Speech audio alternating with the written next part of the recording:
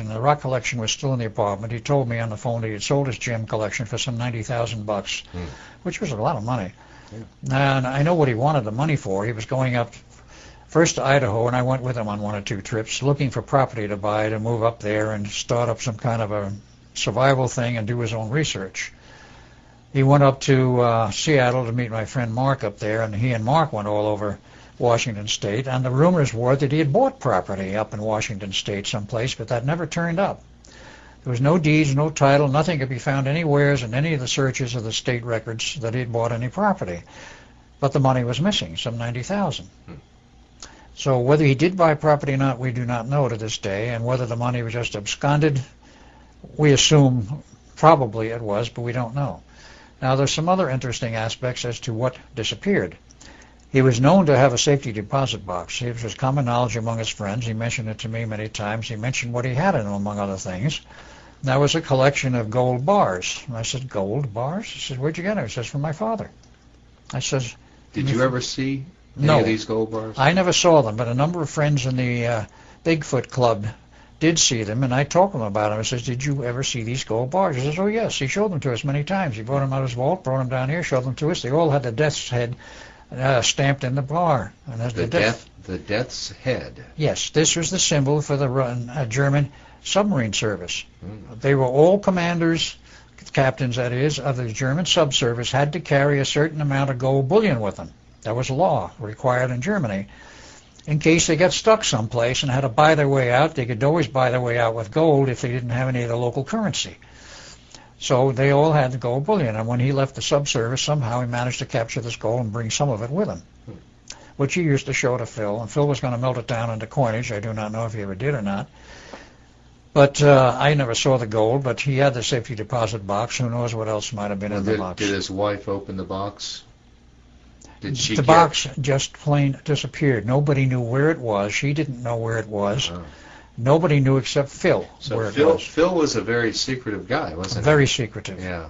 He also had that perhaps contributed to his demise, didn't it? He also had, according to his words, and this is in private discussions again, a lab which he had jointly with somebody else who was a very good engineer scientist, and they were doing some of their own private research on possible time travel, teleportation, whatever.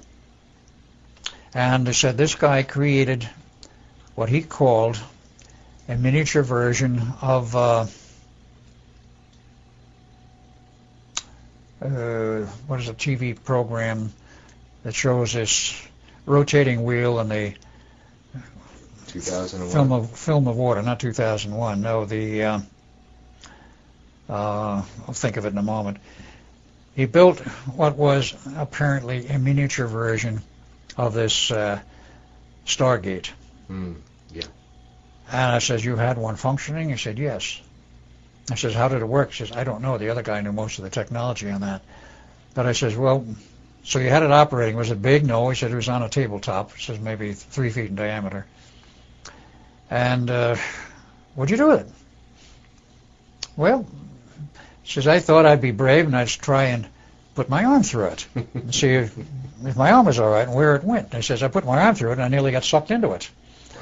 He says, I was able to hold back. He says, well, why didn't you try a camera? He says, I did. I says, would you get pictures? He said, yes. He says, I'll show them to you sometime. I never saw them. Wow. This lab, and any reference to it, disappeared. Nobody else seemed to know anything about it, except whoever the second party was, and I never did learn who that was. The lab disappeared. Supposedly he had a complete machine shop somewheres. That just disappeared in the woodwork. Everything disappeared. Including his own records of medical care out of the federal office building and a federal case he was building up in Washington, in Seattle, in the federal courthouse there against someone. Well, you know, during his lectures, he shows all these rare materials or alien materials. Yes. Was all that gone as well? Oh, yes, everything. So we at least know from the videotapes that he did have some exotic materials. I had them in my hands. I examined them. So, but you go back to the apartment after the death, all gone. Right. His bowling ball was still there because he used to bowl once in a while. With 3 fingers? Apparently. Well, if he could bowl, he might be able to put you can do it with 3 fingers. I guess. He was strong enough. Huh. What about all those pictures, the Bikini Island atomic explosion? Were those gone, or were those still there? The ones that he showed publicly were still there, because that was already in the public domain. See, that's why he should have gone public even more. Yeah. I said, yeah. Well, we can do that Sunday morning quarterbacking here, I guess. Oh, yes, exactly. Yeah. Let's just sort of close this out. I would say a lot of people probably thought he was a bit loony to some degree. That's very easy to say. It's easy. It's because it's easy, right? It's easy to say that because of some of the things he claimed. Right. So, but even his wife, according to your testimony, at times thought he was a little bit off. A little bit off. Okay. So, but based on from your experience, and you knew him as well as anybody knows him, how did you find him to be, as far as a credible person? Very sane, very stable, very credible. He could back up all of his statements with some kind of evidence which connected with things I knew. Mm-hmm. And everything hung together. Now, the claims that he committed suicide don't hold water for another reason. His wife, of course, was totally against that idea and theory. He says, he's got an 8-year-old daughter. He loved his daughter. He came over here all the time to see her. He was trying to save money up for her education. He established an education fund for her. And he said he spent all of his spare time that he could over here seeing his daughter and, of course, seeing his ex-wife. He told me, after we were divorced, my ex-wife and I became very good friends, but before that we never got along. Happens a lot, yeah. It happens quite a bit. So he had a lot of reason to live, didn't he? He had many reasons to live. But he must have known by going public that his life was in jeopardy. Oh, he was told that many times. So why do you think he still insisted on going public? Because he said as long as he could, he was going to keep trying to put the information out to the public, that he felt things could be done in a better way than they were being done, as, of course, you can hear him say himself in his lectures. Mm-hmm. And that all of this cover-up and hiding was totally unnecessary and was wrong, because sooner or later our hand, meaning the government's hand, is going to be forced into admissions under conditions and circumstances which will not be pleasant or desirable. So I guess just in conclusion, given the way he died and given the fact that hardly anything is preserved of Phil Schneider except for these videotapes, really, that's it, and a few of the pictures that you have, probably his cause will not be served as a result of his work. But that's hard to say. Hard to say, but maybe as a result of what you have to say and some of his videos. I might say here, as part of this record, that, of course, other people have become interested in his history, and there is a book now published entitled The Philadelphia Experiment Murder, which deals with his life and his father's life and the Philadelphia Experiment, published by Sky Books. It's a new book just released this year. And he's mentioned in it? Oh, yeah. Phil is mentioned, and, of course, some of the documentation of his father. They pulled in a number of other people.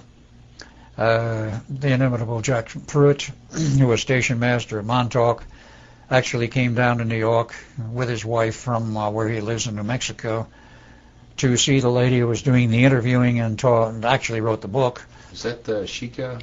Yes, Shika. Shika... Whatever. Yeah. Oh, she's the one who wrote the book? Yes. Okay. She tried to get him to talk about the Montauk Project, but he would not do it in front of his wife. Maybe he wouldn't do it at all. I'm not sure, but But she met him? Oh, yes, she met him physically. Jack Pruitt? Jack Pruitt, the Jack Pruitt. Wow. He's still alive and well. In fact, to his credit, he was dying of cancer in Los Angeles some 8 years or so ago. I knew about this through his son, Glenn Pruitt, from New York, whom I know, and he was in visiting with Glenn and other family members. But Glenn knew the history to some extent, but he didn't believe it. He says, "You're trying to tell me that my father was the head of the Montauk Project?" And I said, "Yes." And Preston said, "Yes." He says, "Well, if I showed you a picture of him, would you identify him if that's the man?" I said, "Of course, bring us the picture." So Glenn did. I took one look and says, "Yeah, that's Jack Pruitt, the same guy as the station master." I said, "A little fuller in face in that picture than when I remember him," unless I remember him. Mm-hmm. Preston took one look and says, "Yeah, that was him." Okay. That's interesting.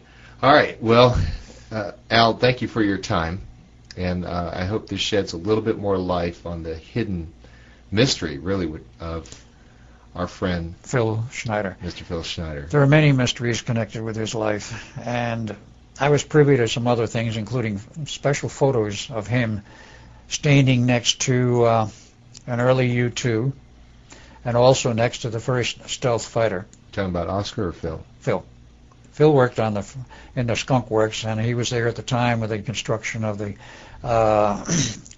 famous new fighter aircraft, the stealth fighter, and of course the stealth bomber. That Aurora? No, not the Aurora. That's totally separate. No, the regular stealth fighter and stealth bomber, the B-2 bomber as it's called, a stealth bomber. He was part of that program? He was part of that program, and there's a picture of him standing next to it. He showed that showed picture me. to you? Yeah, so that's Good. gone too. Well, I'm sure. Okay. Thank you, Al.